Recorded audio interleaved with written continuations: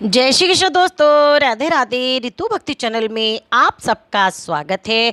आज मैं आपके लिए भागवत गीता, संपूर्ण भागवत गीता जिसमें 18 अध्याय होते हैं, वो मैं आपको संक्षेप में सुनाने जा रही हूँ। प्रथम अध्याय, सांसारिक मोह के कारण मनुष्य मैं क्या करूँ क्या नहीं करूं, इस दुविधा में फंस कर रह जाता है। अतः मोह या सुख आसक्ति के वशीभूत नहीं होना चाहिए। दूसरा अध्याय, शरीर नाशवान है और उसे जानने वाला शरीर अविनाशी है। इस विवेक को महत्व देना और अपने कर्तव्य का पालन करना, इन दोनों में से किसी भी एक उपाय से चिंता शोक मिट जाती है।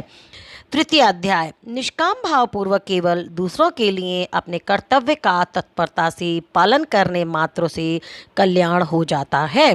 चतुर्थ अध्याय, कर्म बंधन से छूटने के दो ही उपाय हैं, कर्मों के तत्व को जानकर निस्वार्थ भाव से कर्म करना और तत्व ज्ञान का अनुभव करना। पांचवा अध्याय, प्रतिकूल अथवा अनुकूल परिस्थितियों के आने पर मनुष्य को दुखी नहीं होना चाहिए, क्योंकि इसमें सुखी दुखी होने वाला मनुष्य परम आनंद की प्राप्ति नहीं कर सकता।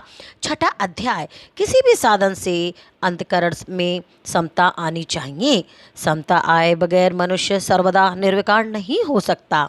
सातवां अध्याय, सब कुछ भगवान ही है ऐसा स्वीकार कर लेना सर्वश्रेष्ठ साधन है। आठवां अध्याय, अंतकालीन चिंतन के अनुसार ही जीव को गति होती है। अतः मनुष्य को हरदम भगवान का स्मरण करते हुए अपने कर्तव्य का पालन करना चाहिए, जिससे अंतकाल में भगवान का ही स्मरण बना रहे। नवम अध्याय, सभी मनुष्य भगवत प्राप्ति के अधिकारी हैं, चाहे वो किसी भी वर्ण, आश्रम, देश, वेश आदि के क्यों ना हो।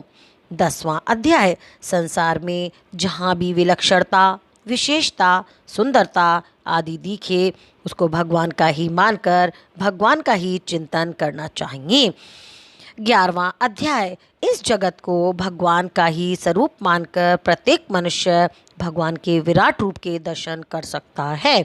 12वां अध्याय, जो भक्त शरीर, इंद्रियां, मन, बुद्धि सहित अपने आप को भगवान के अर्पण कर देता है, वे भगवान को प्रिय होता है। 13वां अध्याय, संसार में एक परम आत्म तत्व ही जानने योग्य है, उसको जानने पर अमरता की प्राप्ति हो जाती है। 14वां अध्याय, संसार बंधन से छूटने के लिए सत्व, रज और तम, इन तीनों गुणों से अतीत होना जरूरी है। अनन्य भक्ति से मनुष्य इन तीनों गुणों से अतीत हो जाता है।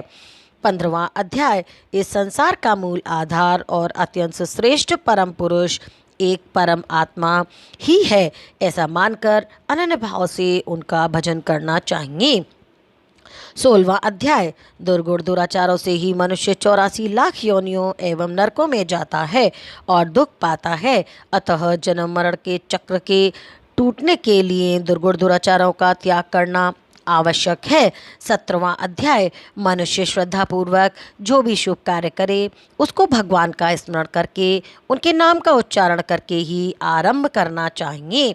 18वां अध्याय, सब ग्रंथों का सार वेद है, वेदों का सार उपनिषद और उपनिषदों का सार गीता है और गीता का सार भगवान की शरणागति है। जो अनन्य भाव से भगवान की शरण हो जाता है, उसे भगवान संपूर्ण पापों से मुक्त कर देता है।